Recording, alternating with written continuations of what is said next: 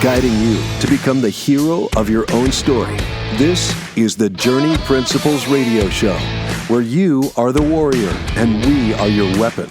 Now, here are your hosts, Josh Bledsoe and Master Life Strategist, Stephen Scoggins.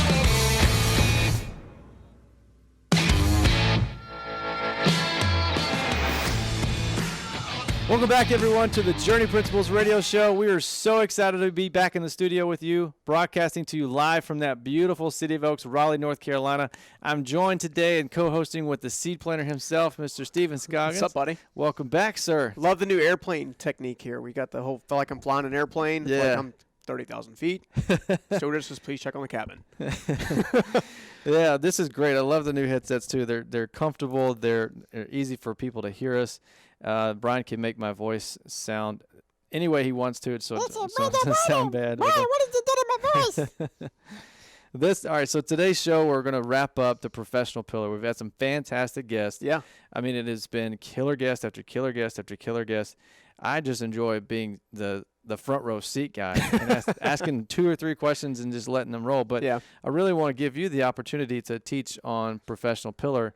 It was a fantastic pillar at Transform You Live, and it's now inside the online school, Transform You Online, where people can go and learn about their own unique selves within professional world, right? But you have a different spin to it than most people think about professional. And well, let's start off with this question. Where do you spend most of your time every day? That's a good question. Where do you spend most of your time right. every day? We'll wait. Yeah. I'm just kidding.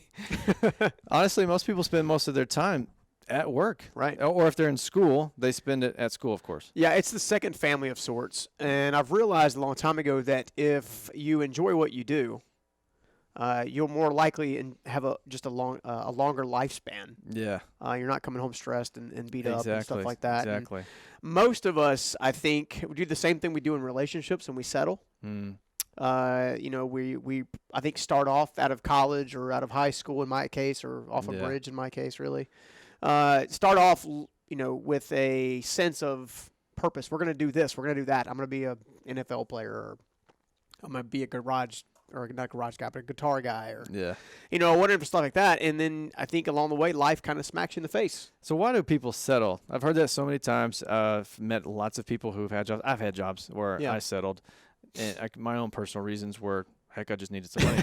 What are some reasons people might settle? I think there's 3 reasons that people settle. The first of which is flat out impatience. Yeah. In the Journey Principles book, one of the chapters, it's actually named. I forgot actually what the name was. I just had a brain toodle.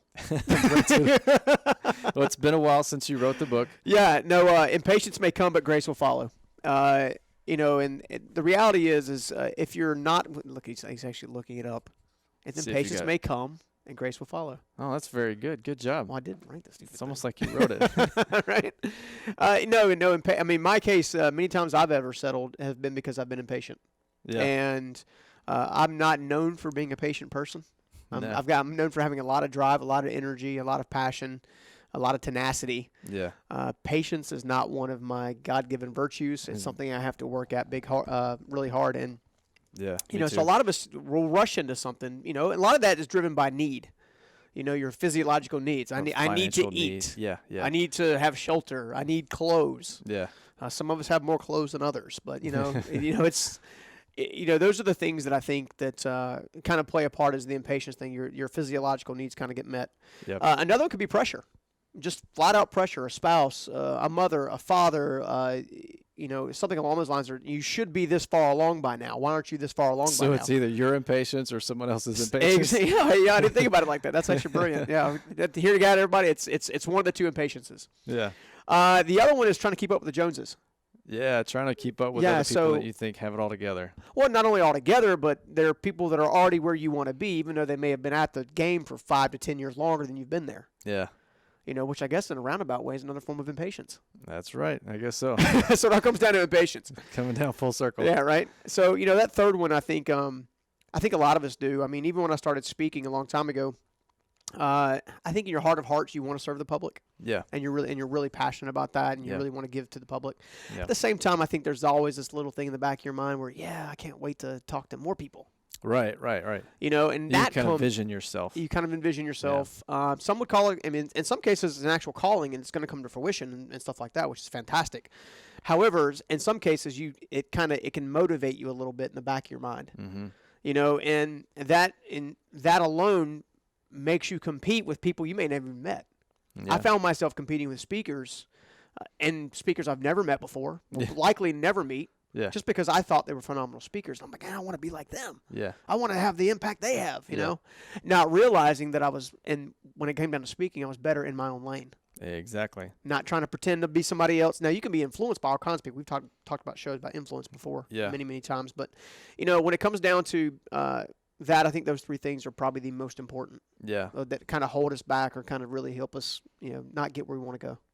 That's fantastic. That's a great way to actually start the show. And honestly, we should have started the show on August 1st like that. But Delaine did a fantastic job talking about finding her dream job. Talk about a little rock star. Holy cow. A rock star indeed. Exactly. I was actually telling somebody about her the other day and how as an MC, I had the privilege of introducing her, but I knew that as soon as she stepped up on the stage, and she probably gets this all the time, they see this cute as a button girl is now about to teach me about profession. But she nailed it, and she nailed it again on the radio show on August the 1st. And she talked about the things that she gained from Transform You Live, from the professional pillar, as well as being an attendee there, not only just a speaker in the life strategy sessions.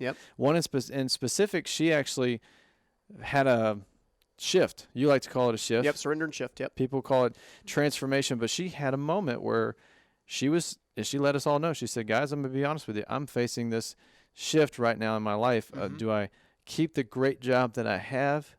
Work with some great people, a fantastic CEO. It's a dream job. Or do I take this other opportunity to work at Wildwood, which if anyone's heard her story, you know that Wildwood is a place that just completely transformed her life. She would only be a statistic today if it wasn't for Wildwood. Statistic. Did I say that wrong? Statistic. What he said. She would only be that if she had not gone to Wildwood. But she got the opportunity to work at Wildwood as an event coordinator, something that she had never done before. And it was so beautiful to watch her at Transform You Live during that life strategy session. She was in front of the room being vulnerable.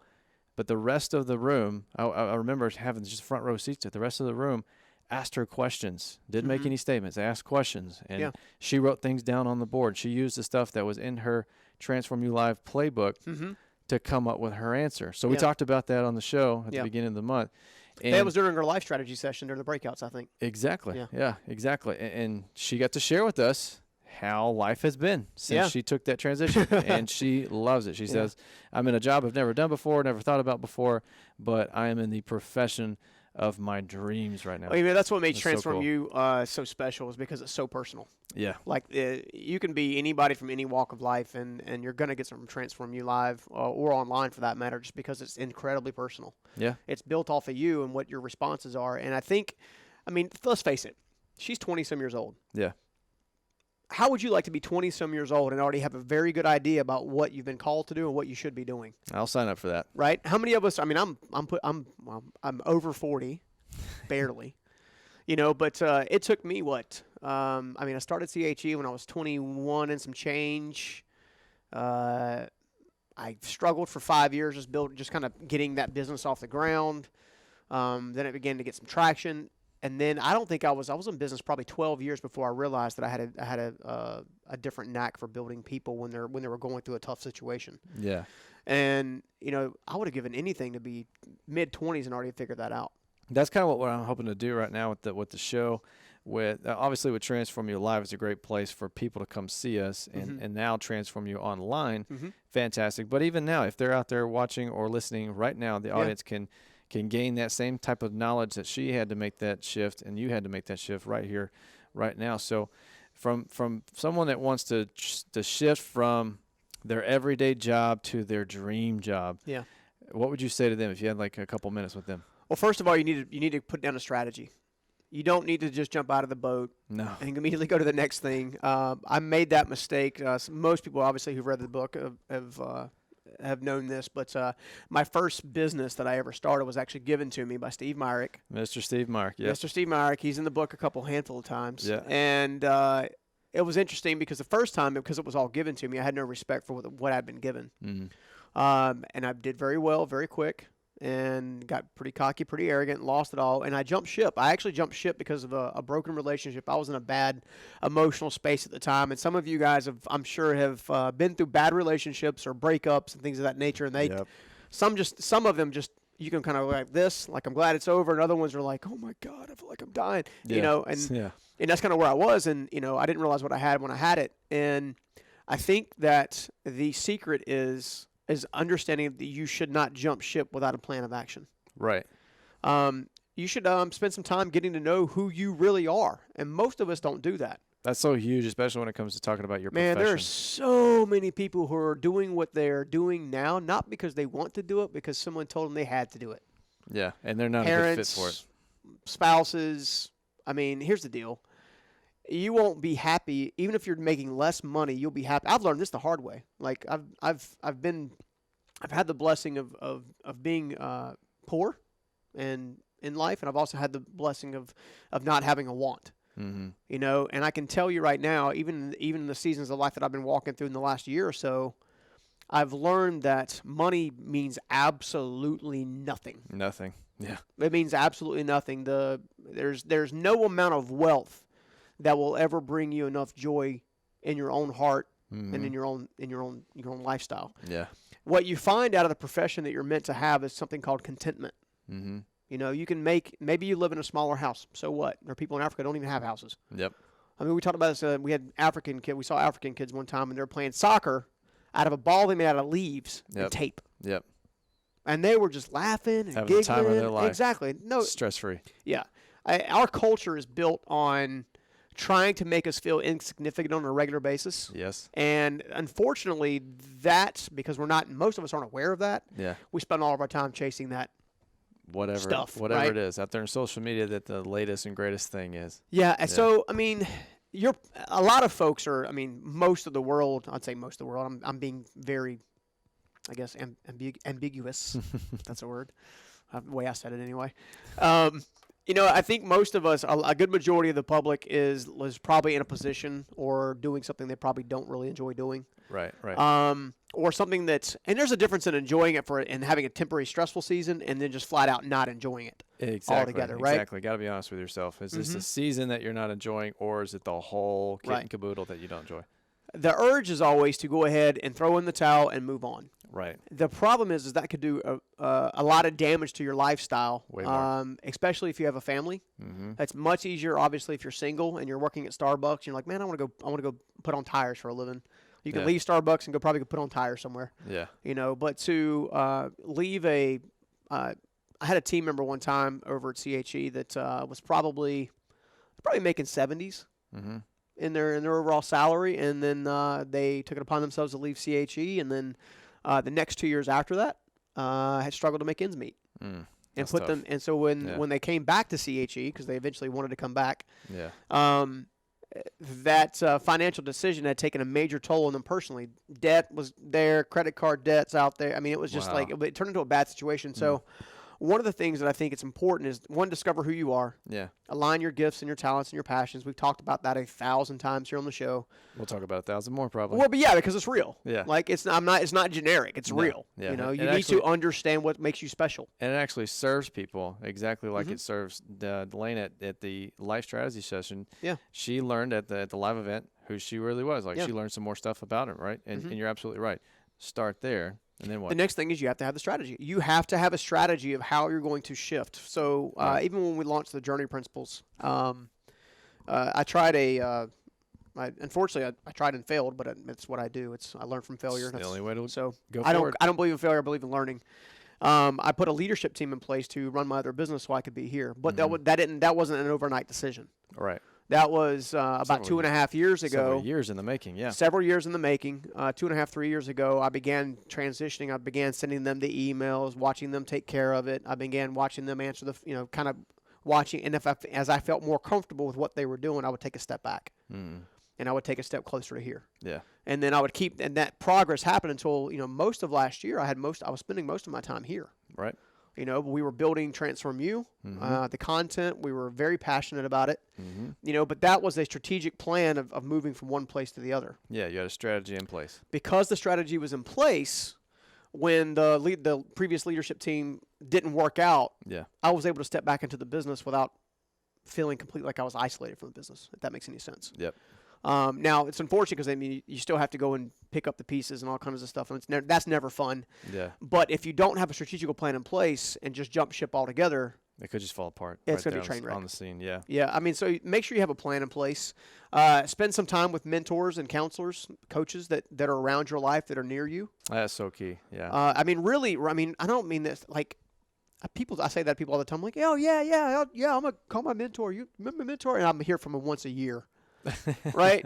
You know, it's like if you're the bigger the decision, the more perspective you need to gain. We've talked about that. The bigger the decision, the more influence you need to have based on people who are already where you want to be and have done so with integrity and character. Yep. Not have stolen their way to the top or bribed their way to the top or whatever the top is in your life. Some of us, a top might be just being, we might have the guy from the USO one time. I think his name was John, right?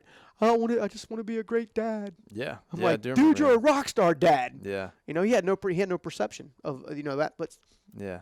I don't mean to ramble. I can't help myself. I remember John popped in my head. Hey, John. He's a good example, though. He really wanted to be a fantastic dad. He didn't have the greatest of dads.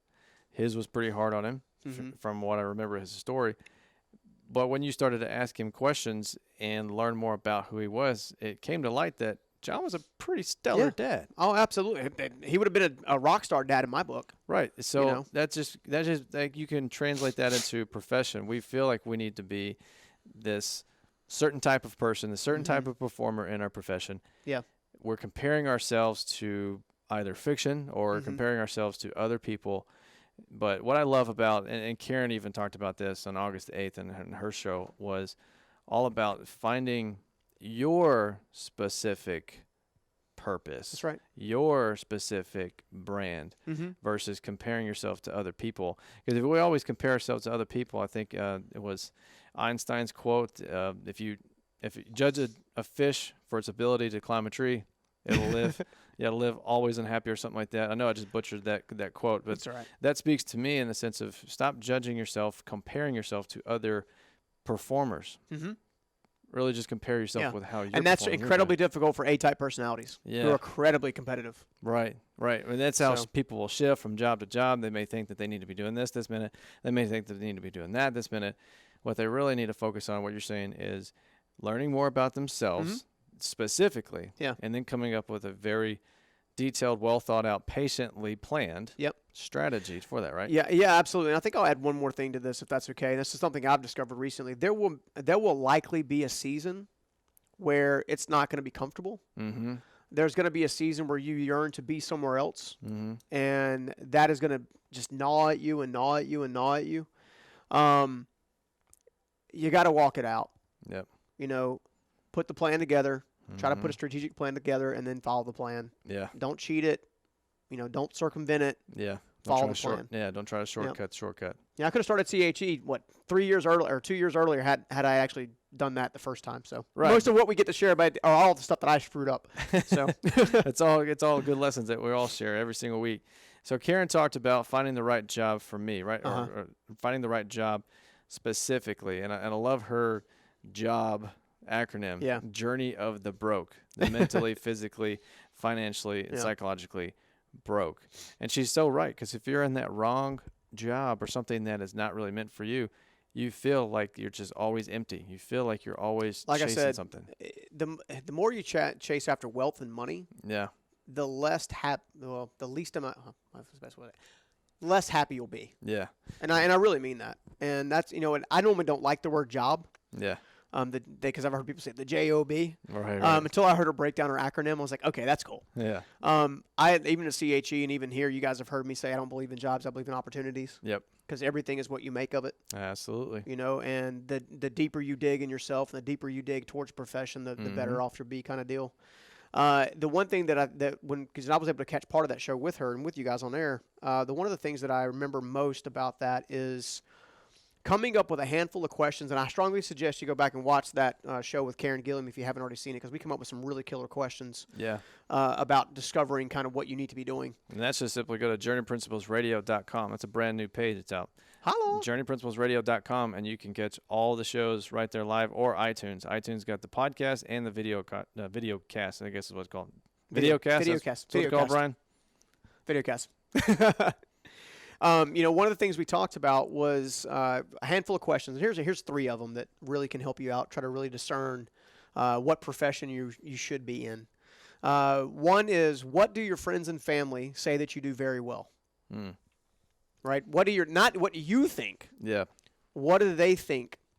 The second one is kind of a similar question that you ask to yourself. What comes naturally to me? That's a good one. Right? I'm a short guy, but I got a big mouth. Speaking comes naturally to me, right? And the more I did it, the less fearful you get before you go and speak somewhere. But, absolutely, you know. But and the third is kind of similar. It's like, if money was no object, what would I do? That's the biggest one. I love proposing that question to people. It's typically money is what drives them. Yeah. Because it's a need. Really, it's a need that drives the need for money, and then that drives them to make the decisions that they're making. But what you're asking there is, if money was no problem at all, everything was paid for, you had the lifestyle you want, what would you do with your time? Is that right? Yep, exactly. And if it's a stay-at-home mom, she might say, well, I would spend time with my kids. And some people enjoy cleaning the house. I mean, those people might be good to start a business called Molly Maid or something like that. You know what I'm saying? And if you do, please comment below. Facebook message Josh me. will give you his address. I'll give you my address. My wife will not like it, but she does a fantastic job, but she is way too busy. Here. Way too busy here. Way too busy with our son. Help a brother out. Right. So, all those things are beneficial. Like I said, there's a ton more questions that we actually talked about on air during that show. I think we had like 15 or 16 questions, and even Karen I saw Karen even writing a few down, because it's just, you learn from one another. And I think that's a big part of it. Yeah, and she was able to help a young man, also a participant of Transform Your Life, make a shift right there. And man, did he have a doozy that day. We had an online coaching session with him. Yeah. And then he comes in here and gets coached again by Karen. That was awesome. He was walking out with his head down. I said, dude, you okay? He goes, yeah, my brain's just heavy. I can't hold it up anymore. It was a fantastic show. And honestly, that set us up so well to find the right job for you as an individual. You're asking yourselves these questions that Stephen proposed in that show with Karen, and then she proposed other questions with that. Those are available to you. That sets you up, set all of us up really so beautifully to talk to Angel and Amanda. All right, our friends from Trinidad. Love it. That didn't sound like Trinidad. No, it's not at all. It's not at all. It's like my exaggerate way of saying whatever that is. I love that show with them because they had the bravery to step out into a passion of theirs, turn a passion of theirs into a career. And I love the fact that their passion is serving people. Yeah. Man, they are just full of serving people. When Angel was here, we were sitting there, and he was going through Transform You and stuff like that in the breakout sessions. Because we know him, we actually hung out with him kind of after hours, so to speak. And I'll never forget this. He was like sitting there, like, you need to tie your business into. I just did like you. Angel, we're sorry. Do you need to tie your business into this? I can see it marketed over here. I think other people need it over here. He was thinking about ways to serve us. It's just like he was thinking about ways to serve us and get the journey principles in front of more people to help them, because he was experiencing the stuff himself. But a couple things that I think that I picked up on watching their show specifically was the need for priorities. Yes. Most of us pursue the professional pillar like it's going out of style. Right. Like because of the stuff we've depended on. Yeah, and we've already talked about the reasons why most of us do that. However, I can tell you that even the personal season I'm in right now, I miss my family. Yeah. I have barely seen my family for almost 4 months. Yeah. And I miss them terribly. I've barely been able to see the Journey Principles team for the last 4 months, and I miss you guys terribly. Yeah. One of the things that I've been learning during this particular season is the importance of priorities, and I was able to listen to what they were talking about, and I was like, that's priorities. Yeah. That's priorities. Yeah. And then the other thing that I also realize is every profession, okay, that you pursue or ignore, doesn't matter which one, pursue or ignore, will have 2 things in common. What's that? First of all, they'll all require a level of sacrifice. Yes, that's true. Okay. They will also, for the second one, also have a level of matching reward. Yeah. But only for the tenacious. And what you have to be very careful with is how much sacrifice over an extended period of time, right? Well, if you notice, the one thing that you can take away from Angel and his wife and what they did very well is they were in complete agreement with how they were going to develop and start both businesses. Yeah. Yeah. Doesn't mean they probably didn't have some conversations along the way and some more difficult discussions. But one of the things that you can pick up from them is they were both in each other's corner. Supportive. Exactly. Very supportive. You know, in the season that I've been in recently, Karen has been very supportive at times, and other times she's been kind of angry at the things that we've had to face together. But we're still connected. I mean, we are still unified. Does that make sense? Yeah, absolutely. And there's a level of sacrifice that hopefully will bring a future reward. Yeah. And I just feel like that because we're big into service as a whole here at JPM with CHE. And we had the saying that the customer is not always right, but they're always important. Yeah, that's so true. Right. So think about some of the people we've had to work with, that we've actually had a chance to work with here at JP, that have been going through difficult seasons of life, trying to figure out who they are, trying to figure out their identity, trying to figure out their passions and all this kind of stuff. All this stuff that kind of really makes us us. Yeah. You know, and many of them would come in the door and they would perceive the world a specific way. And the first thing we have to do is help them shift that. Right. Because many times, most of us are our own worst enemy. Oh, every time. You know? Every time. So, those are a couple things. And the other thing that I felt like that Angel and Amanda did really well was they both pursued knowledge.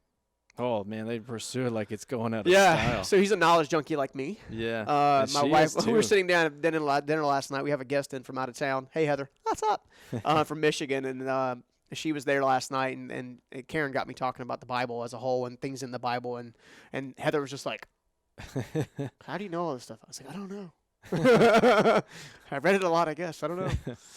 But it was just kind of funny. And one of the things I most appreciate about those guys is their hunger for knowledge. Yeah. So you match knowledge with service. Yeah. That creates opportunity. That's what created opportunity for Amanda. She had a desire to learn a little bit more about diabetes and glaucoma because while she was a nurse, she was working with patients that had those horrible diseases and things that you can break free of. It's just very challenging. And what she came across was that it wasn't that these folks lacked willpower. Yeah. They lacked knowledge. That's right. They lacked the right type of knowledge. So she put her efforts into helping educate them in a very unique way that would stick. And I love this. She puts it in rhymes.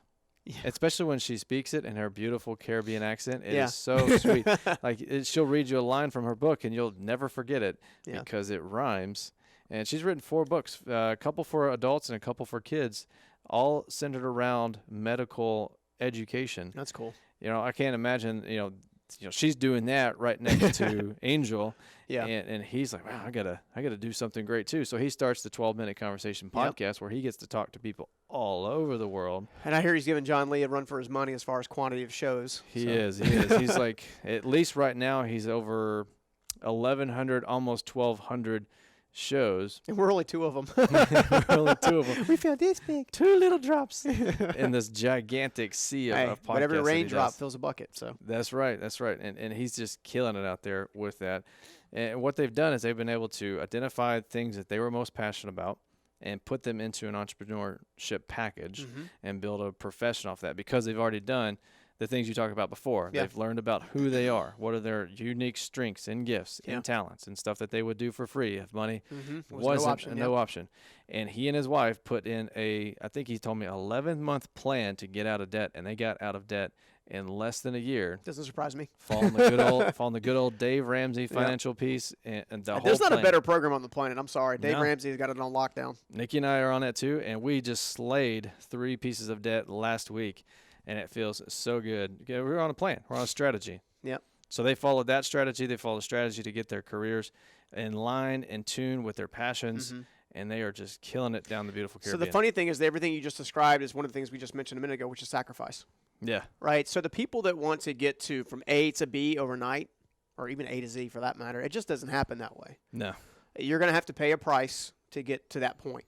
Right. Whether it's moving from an opportunity or profession maybe you're not crazy about into the one you really want. Yeah. Or whether or not it's discovering what you need to get or the knowledge you need to get or the training you need to get. It doesn't matter. You're still going to have to pay a price. So if you're more prone to sitting on a couch Yeah. or sitting in a car or just sitting somewhere and contemplating life. We actually had someone not long ago who would spend all their day thinking. Oh, wow. And they had some pretty intelligent thoughts. I mean, they weren't stupid at all. Did you meet, was it Plato? Did you meet Plato? No, it wasn't Plato. It wasn't Sir Isaac Newton either. Brian, that just makes my brain hurt to sit there and think about thinking. The funny thing is, I wish I could shut my brain off. It just doesn't shut off. Literally, even when I'm sleeping, I'm still thinking. It's crazy. Not that you guys care about that. I lost my train of thought. Well, if you were thinking, you wouldn't have lost your train of thought. That's right. I was too busy thinking. Somebody was thinking all day long. That's what they found. So they forgot to do one of the most important steps after creating the strategy, which is take the action. Yes. You got to take action. You can't sit there. I mean, even if it's a baby step or one step a day by day. We've already talked about this. It doesn't matter what, you can apply this principle to everywhere in your life, which is very, very simple. Yeah. Nothing more than if you take a step a day, Yeah. by the end of the year, you've taken 365 steps. Yeah. Right? Go outside right now. Well, maybe after the show. Not right now. Walk and count your steps, 365 steps out. To wherever you want to walk. You can walk to the grocery store. You can walk to the diner. Whatever you want to do. You just go for a walk. Yeah. But count your steps and see how far you are away from your home.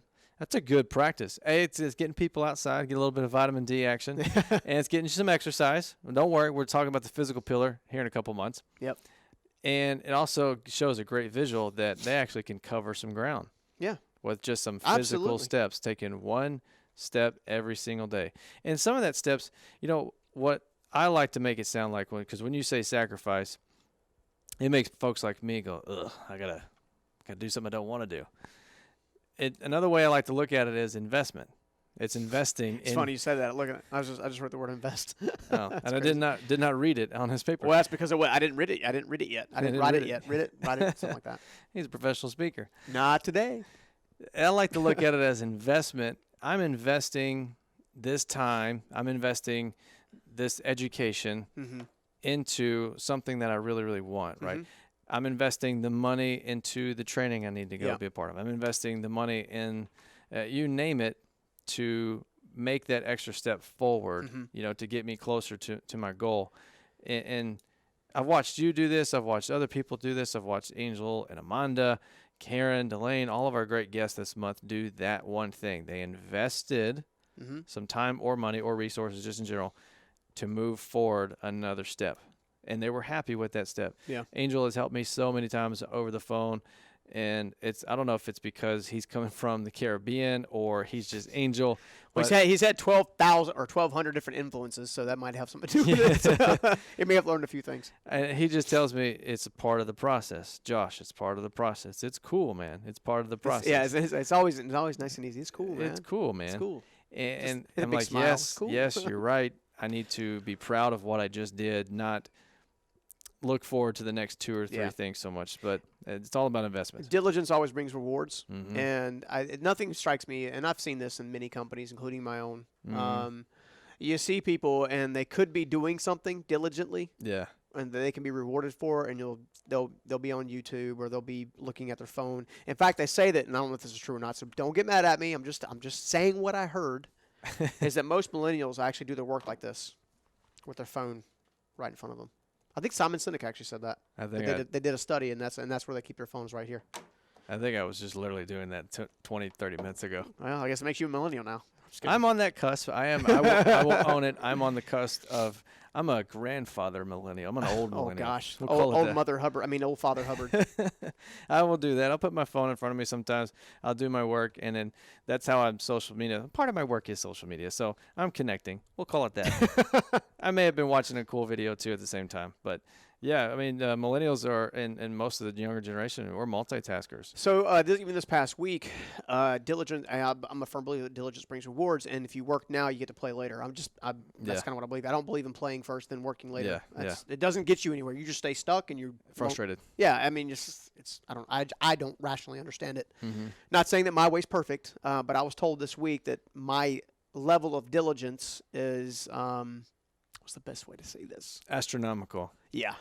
That's what I was told. But it's commitment, because I've had the experience of what a true commitment can bring. Right. And that's one of the things that you've also seen with Angel and Amanda is that commitment showed through their diligence, which led them to future rewards. That's right. I consider Angel just as much as a friend, even a what we call the ping pong buddy, the ping pong style mentor, where we can bounce stuff off each other.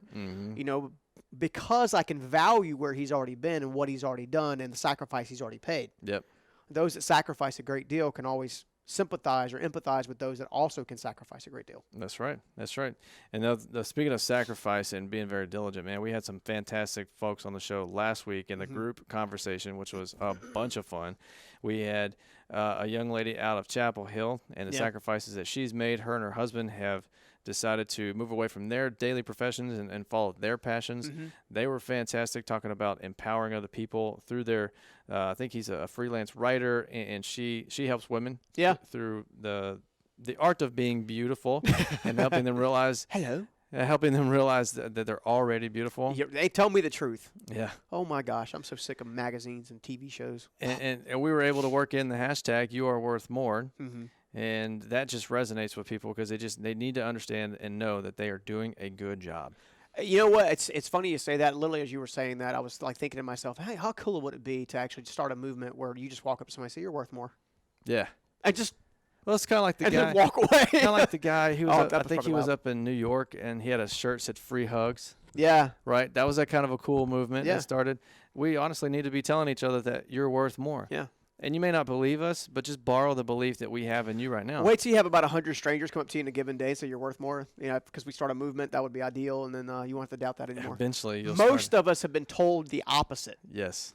Most of us have been told the opposite. Which is what's been holding people back. And I remember talking with Liz Lehman before she even got on the show about Juice Vibes and kind of where it got started and where her self-esteem was, where her where her self-worth was. Before she even started, even when she got her first store open in Clayton, it was not really where it is today. Obviously, once she realized that she was worth a whole lot more and she could accomplish a whole lot more, man, she's booming right now. She's about to open maybe another store in Raleigh, and she's got talks of, I'm not even going to say it, she's got talks of other stores, all other parts of the country. Yeah. Because she's finally understanding and she realizes she's got a recipe down. Yeah, she got a recipe. Hey, it's pretty good. She actually blogs about healthy recipes. Wow. Her stuff is really good. It's very good. And what we learned about from her and the Step Up Ministry folks was that people are just so talented. They have a whole lot to give. They have a whole lot to offer.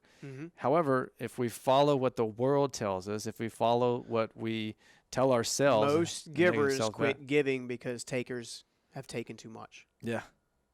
So here's what I would say to you givers out there. You need to figure out a way to give in a healthy manner. Yes. I was doing it. We did an online training today for Transform You Online, and maybe that's why it's in my soul, but we spent a lot of time talking about givers and takers and what that boundary system is and how to do it well.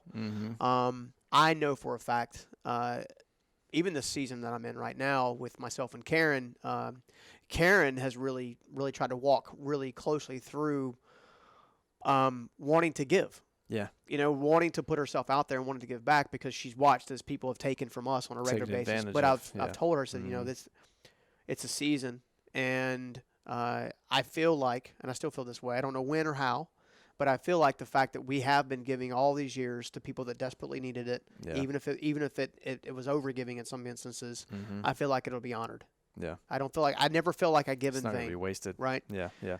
But that giving piece is a huge part of a healthy lifestyle as well as a healthy profession. Yeah, I was reading a blog the other day. It was about giving versus taking, and the gentleman was talking about it was an entrepreneur.com blog, so it was geared more towards success in business and prosperity and stuff. But he said that there's been studies done that folks that actually give more gain an average of $375 more a year. Now, why is that? That's cool. Why is it that people that give more tend to gain more?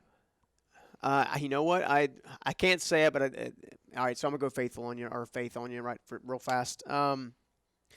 God teaches us in the way He does things that He blesses those that give blessings to others. Yeah, and He calls it stewardship. Yes, stewardship is a way of accountability, and those that steward well always receive more. That's true. So you're essentially seeing the same thing. Like I said, I've been blessed in many, many, many different ways all these years for the last 20 or so years. And I was blessed before that, but as far as where I was aware that I was abundantly blessed and I was walking in some kind of level of favor and stuff like that. Yeah. Now it's one of those situations. It's like how the journey principles is all right. So the journey principles, for example, is all about helping people become aware of and obtain the life that they were meant to live. Yeah. Short and sweet. Yep. That's what we do. Yep. That's what we're about, because I believe that everybody deserves to walk out their life in the way in which it was designed to be walked out. They were designed to walk it. 100%. I've also come to know and come to be aware of that this moment someone starts that journey to actually begin to walk out that journey, you're going to be hit with all kinds of different things, which is why I was talking about sacrifice when we were talking about Angel and Amanda, is because I want people to understand that sacrifice is part of the journey. You are going to stub your toe. Sometimes the soles in your feet are going to wear off. Sometimes you're going to have that sciatica hit that back again. Yeah. But you need to keep walking. And I'm preaching to the choir right now. I'm in the season now. I'm having to force myself to walk through some stuff that I'm not crazy about, that I found, detracting on a regular basis. But at the same time, experience has taught me when walking with this guy up here that if I just keep walking and keep trusting, that eventually I'll be able to see what he was doing the old time. I mean, before this brand new season that we're in now, that I've been in this recently, I have been talking about, even wrote about it and spoke about it, about all the different things where he hooked me up and all the different miracles along the way up until that point. Yeah. I can go immediately back to the bridge. I can immediately go back to the litter box. I can immediately go back to my mom's bedside. Yeah. I can immediately go back to some of these key areas, even now, and still resonate in that moment. And I can't tell how many times those moments have helped other people. You see what I'm saying? There you go. So it's a matter of trying to be okay with that. Yeah, because he's not okay with the sacrifice. He's not going to load you up on the bus of life and then leave you stranded at a bus station somewhere with no plan, no future whatsoever. He will break you. I believe that one of our biggest holdbacks in profession and just life in general is stubbornness. Yeah. We're prideful and stubborn. Break you, and then if you submit, build you to something greater. Oh, absolutely. Build you to something greater. Like even when I started going through this recent season, one of the first things I asked is, number one, have I done something wrong? Because if I have, I want to make it right. Nothing came directly to mind. In this particular case, I have asked that question before, and he's definitely put some stuff in my heart for me. My bad. Go fix it. Right. And then I asked, what do you want me to learn? Yeah. I've learned not to say why me, woe is me. But I have learned to say, what do you want me to learn? Because I find that if I ask that question first, a lot of times I'm given what I'm supposed to know. And that's such an important question to ask yourself is, what is there for me to learn in this when you're going through a hard time? It's easy for me to say that on the outside because I'm not going through the hard time. But I know based on my time spent with you during the good seasons and time spent with other great mentors during good seasons that there's always something to learn. You don't go through some hardship, adversity, whatever you want to call it. Yeah. You don't go through that without a purpose of learning something, right? And if you're looking for it, you'll find it a lot faster than if you just wait until it hits you across the head like a 2x4 later down the road when you're old and gray and go, oh, I guess there was a purpose for me going through that. Ask yourself that question. There's always a purpose. Ask yourself that question a lot. And that's I found that it helps you get to that solution much faster that way. This whole thing is one of the reasons why I so much love the Step Up Ministries. Yeah. I know that they were on, and it was a kind of a cool experience. But I never forget this. I first met Step Up Ministries when I was still doing CHE quite a bit, and we were going to go. I was trying to figure out. I bumped into the guy named Steve Swain. Now he's since moved on to do entrepreneurship for himself again. But I met him, and he got to tell me, he's like, the people that we serve are formerly incarcerated, formerly homeless, Trying to get back up on their feet. And we teach them life skills. I'm like, these are people that were me. How can I help? Yeah. Kind of deal. Yeah. We sent them to a Canes game a few years ago, like 200 people to a Canes game. It was really cool. But nice. It was just one of the situations where people are operating their gifting and passion. If you feel like you matter, you'll matter. Yeah. That's the main thing is you got to believe it yourself that you do matter and you are worth more, right? And it's something that you talk about a lot in your talks. It's definitely in your book, riddled through there. You don't actually call it out in here, but by the time you're done reading, you feel like my life does matter and there is purpose to it. Yeah. And definitely through the online school right now, Transform You Online. That's by far the best way. That's the number one way to check it out. TransformYouOnline.com. and you can find out exactly what we're talking about. And I want to challenge you to check it out and give it a trial. If you go in there right now, I think you can get a 1-day free trial, and you'll discover that you're worth way more than you think you are, just if you simply take the time to invest. Stephen may say it's a sacrifice of your time. I say it's an investment of your time. It means the same thing. We're talking the same language. Of actually checking out and finding out exactly what you're worth. If you find out exactly what you're worth now personally, then your job is just going to be it's going to be a byproduct. Your profession after that's just going to be a byproduct, and you won't feel like you work a day in your life if you're working in a job in a profession you're meant to do. Right? That's right. That's right. You know, I love the online part just because it's so. What is the best way to explain it? It is so easy. Yeah. It is so easy. Like it's you can go in when you want. You can do what you want. Wherever you want. It's on but your, we made it on your incredibly phone, easier. iPad, Yeah. Anywhere you can get connected to the internet. So we went on a tangent, so I apologize. We have a few minutes left. We got to talk about Liz some more. Yeah, Oh my gosh. She's killing it, honestly, and it should intimidate a lot of guys. It should intimidate a lot of people. She's one heck of an entrepreneur, I can tell you that. Firecracker making it happen because she just doesn't want to be stuck. Yeah. She didn't want to be complacent. She asked herself the question, is this all that there really is? Mm-hmm. And she was not satisfied with the answer of yes. She said no, and now she's pursuing that. She's another one that has figured out who she was, and she's put together a strategy. And as she grows, she's trying more. You talk about making steps. It's something you touched on earlier, that you failed a lot, right? And you learn from your failures. But that's the same thing that I see from all of our guests, especially the ones we talked about in the professional pillar. They've learned who they were.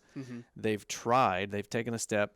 And when they fall, they learn from it. Then when they go through a tough time, just like the season that you're going through, when they're going through that, they learn from that moment, that season, and they apply what they learned to the next step. That's right. And it tends to be a stronger step. That's right. It tends to be a much more concrete, even further out step, right? Absolutely. You've done that. Absolutely. You know, we've tiptoed around this on a couple of shows about some of the stuff that I'm going through personally, season being. I mean, you know, the reason I haven't got on the radio show itself or blogged about some of the things that we've been going through is because I wanted, when I go to share about it, I want to be able to extrapolate everything that was learned. Because it's not the circumstance that's going to define anything. No, right? not at all. It's what's learned, it's what's gained. I heard somebody once say it's not who we are that makes us happy, it's who we become. I love that. That's awesome. You know, and I really believe that that's at the essence of our DNA and a big part of who we should strive to become. Yeah. At some point in time, I will share. It might be in the next book. Well, it's going to be the Journey Principles, the next leg. It's going to be so which is the big. name of the next book, by the way. So we'll hopefully have that out next year. We'll see what happens. But I got a lot to write. You know, but the whole essence of everything is just making sure that before you voice your pains, you can voice your learnings. Yeah. You know, and I think that's incredible. That's an incredible step that we all need to make. And experience has taught me. I'll give you a perfect example. I know we only got a couple minutes left. And I'm sorry if I took control of the show. No, today. it's just your show. It's actually your show. It's actually theirs. It's your show. It's their show. Of it. So Can thanks you for have a couple more letting minutes? us hanging out with us for a couple of days.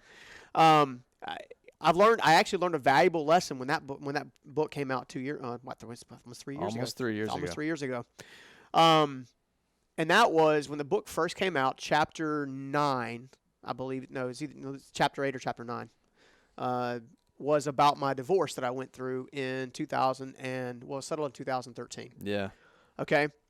The first chapter, I remember when I had some help orchestrating a lot of the pages because I'd never written anything before. I didn't actually know how to orchestrate it where you can actually read it. It was just it was actually one long run-on sentence. Yeah.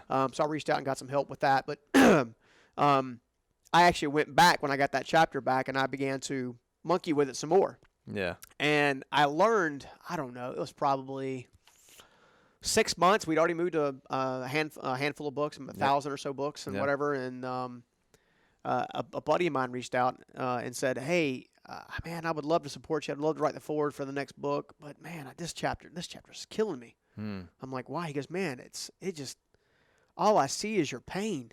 Oh man.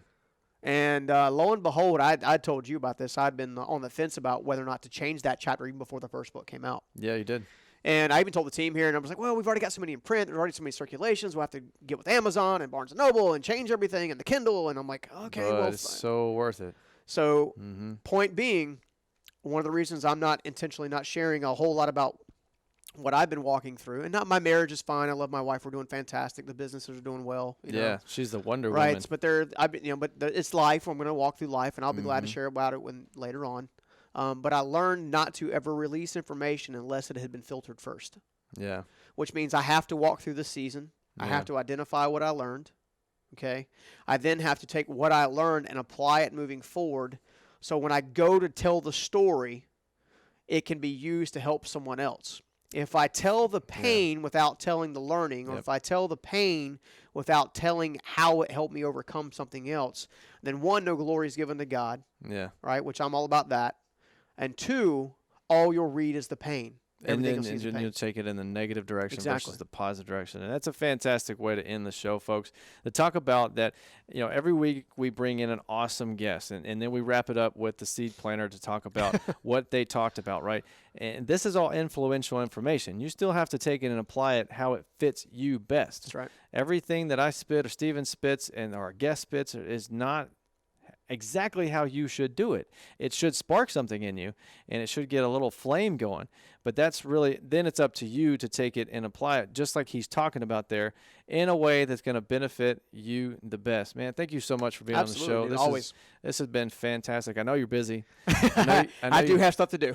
I know you have a lot on your plate, and for you to just come in and bring it to us and be able to provide knowledge and kind of shift your brain, that's huge for us. We really appreciate it. God willing, I hope it was valuable. So absolutely, every single time.